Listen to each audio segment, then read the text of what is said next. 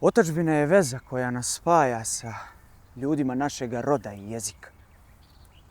Bilo da pripadaju prošlosti ili budućnosti.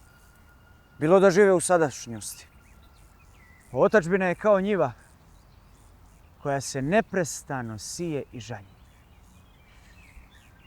Mi žanjemo ono što su sijali naši preci, a sijemo da imaju šta žeti naši potomci. Otadžbina je kao svako živo tijelo koje zdravlje zavisi od radljivosti udova. Ako udovi rade rđavo i tijelo opada, radi li dobro i ono je zdravo. Budi radan i vrijedan član otadžbine. Jednom riječju, budi ono što treba da budeš. Častan čovjek. Svako ko iskreno i strasno ljubi istinu, slobodu i otadžbinu, a on je slobodan i neustrašiv kao Bog,